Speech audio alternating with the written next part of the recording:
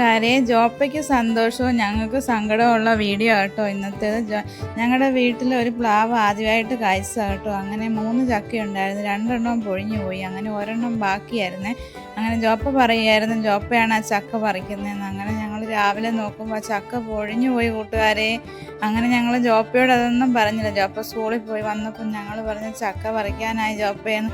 അങ്ങനെ ഞങ്ങൾ ജോപ്പയുടെ കൈ കത്തിയൊക്കെ കൊടുത്തു ജോപ്പേനെ വിട്ടു. അങ്ങനെ ജോപ്പ വിചാരിച്ചു ചക്ക പറിച്ചെന്നുള്ള സന്തോഷത്തിൽ ഇങ്ങനെ ജോപ്പ സന്തോഷിക്കുകയാണ് കൂട്ടുകാരെ. അത് പൊഴിഞ്ഞു പോയതൊന്നും ജോപ്പ അറിഞ്ഞില്ല.